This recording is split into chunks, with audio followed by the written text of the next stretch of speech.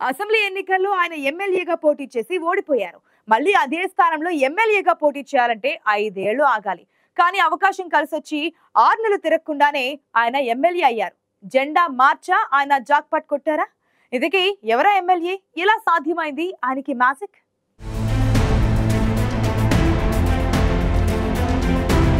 30 ఏళ్లుగా ఆ నియోజకవర్గంలో కాంగ్రెస్ పార్టీ అభ్యర్థి ఒకే ఒక్కసారి ఎమ్మెల్యేగా గెలిచారు. అక్కడ విజయం ఆ పార్టీకి అందని ద్రాక్షగానే ఉంటోంది. 1994 నుంచి 2023 వరకు జరిగిన అసెంబ్లీ ఎన్నికల్లో ఒక్క 2009లో మాత్రమే కాంగ్రెస్ గెలిచింది.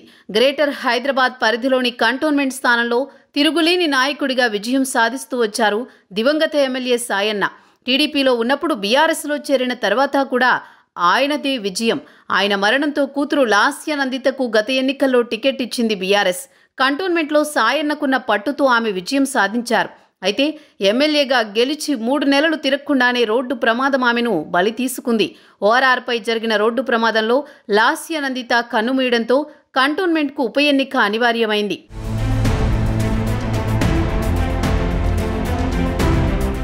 లోక్సభ ఎన్నికలతో పాటు కంటోన్మెంట్ ఉప ఎన్నికకు నోటిఫికేషన్ జారీ చేసింది ఎన్నికల కమిషన్. గ్రేటర్ సిటీలో కీలకమైన ఈ నియోజకవర్గంపై ప్రధాన పార్టీలన్నీ దృష్టి పెట్టాయి. ఈ ఎన్నికల్లో ఎలాగైనా కంటోన్మెంట్ స్థానాన్ని కైవసం చేసుకోవాలని అధికారంలో ఉన్న కాంగ్రెస్ పార్టీ పావులు కదిపింది. గతేడాది జరిగిన ఎన్నికల్లో దివంగత నేత గద్దర్ కూతురు వెన్నెలకు టికెట్ ఇచ్చింది కాంగ్రెస్ అధిష్టానం. ఆ ఎన్నికల్లో ఆమె 3వ స్థానానికే పరిమితమైంది.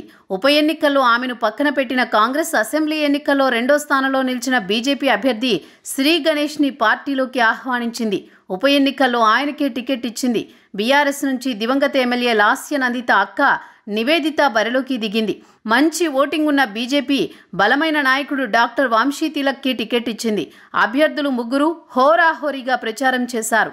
కంటోన్మెంట్ మల్కాజ్గిరి లోక్సభ స్థానంలో ఉండడంతో కాంగ్రెస్, బీజేపీ ఆ నియోజకవర్గంపై సీరియస్గా ఫోకస్ చేశాయి. అనుకోకుండా వచ్చిన అవకాశంతో గెలవాలని పట్టుదలతో ప్రచారం చేశారు కాంగ్రెస్ అభ్యర్థి శ్రీ గణేష్.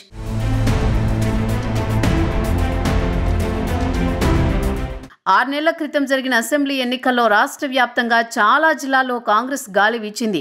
ఆ పార్టీ నుంచి పోటీ చేసిన అభ్యర్థులు బంపర్ మెజారిటీతో విజయం సాధించారు. బీఆర్ఎస్ సిట్టింగ్ ఎమ్మెల్యేలను ఓడించి అసెంబ్లీలో అడుగుపెట్టారు. కానీ గ్రేటర్ హైదరాబాద్ పరిధిలో మాత్రం కాంగ్రెస్ ఎక్కడా కనిపించలేదు. కొన్ని నియోజకవర్గాల్లోనైతే ఆ పార్టీ అభ్యర్థులు 3వ స్థానానికే పరిమితమయ్యారు. అయితే ఇప్పుడు సీన్ మారింది. కంటోన్మెంట్లో పార్టీ అభ్యర్థి శ్రీ గణేష్ విజయంతో జీహెచ్ఎంసీ పరిధిలో కాంగ్రెస్ పార్టీ బోనీ కొట్టినట్లయింది.